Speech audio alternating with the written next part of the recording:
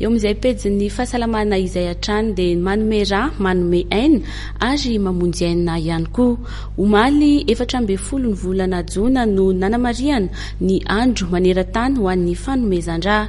Nisy ireo fikambanana mpanao asa soa niaraka tamin'ny ministera ny fahasalamam-bahoaka no nanamarika izay andro lehibe entina amonjena ny mpiarabelona izay ka tamin'ny alalan'ny fanomezan-drà maimaim-poana tetsy amin'ny hôpitaly AGR no nanamarian'izy ireo an'izany. Isan'ny fikambanana mpanao asa soa nanamarika izany moa ny fikambanana GEMUR. Ny fikambanana mpanao asa soa GEMUR, groupe médical d'urgence humanitaire, niaraka teo anivon'ny ministeran'ny fahasalamana dia nanatanteraka hetsika fanomezan-drà tetsy amin'ny hôpitaly AGR ny 14 Jona teo fankilazana ny andro maneran-tany ho an'ny fanomezan-drà. Nambarany teo anivon'ny fikambanana GEMUR fa navitrika ny malagasy manome rà.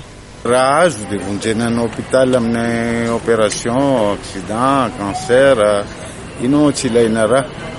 Zavatra iaby ilaina rà. La tsisy rà tsy misy zavatra vita mihitsy amin'ny santé. Tam'lasa zay nahazo 300 fa amin'ity mety mahazo betsaka fa misaotra an'le vahoaka iaby mibetsaka tonga tao. Nanao zao société Spider koa tonga tao 16 personnes name tao. De Batimax koa ohatrany tonga tao. De Oceantrate koa nisy tonga tao. Tamin'ity ohatrany nazoto mihitsy le olona nalala hoe ame ratsika mba afaka olona hafa. Ankoatra ny fanavotana ny hafa hamatsara ny fahasalamana ihany koa ny fanomezan-drà hoy ireo efa mpanome rà. Resy lahatra amin'ny tenen'ny olona hoe mba manome rà hoy izy mba misy itsanjivana ny havana zany.